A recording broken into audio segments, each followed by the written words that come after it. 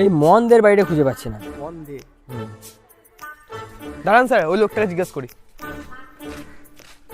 দাদা, মন দে বাড়িটা কোথায়? এই যে এই বাড়িটাই তো। আচ্ছা দাদা, ধন্যবাদ। চলুন স্যার।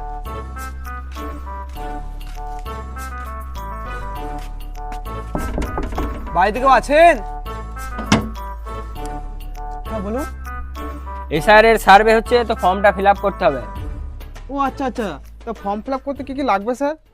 তেমন কিছু না, এই ধরুন আপনার আধার কার্ড, ভোটার কার্ড, আপনার মায়ের আধার কার্ড, ভোটার কার্ড, আপনার বাবার আধার কার্ড, ভোটার কার্ড, আপনার দাদুর আধার কার্ড, ভোটার কার্ড, আপনার দাদুর বাবার আধার কার্ড, ভোটার কার্ড, আপনার দাদুর দাদুর আধার কার্ড, ভোটার কার্ড।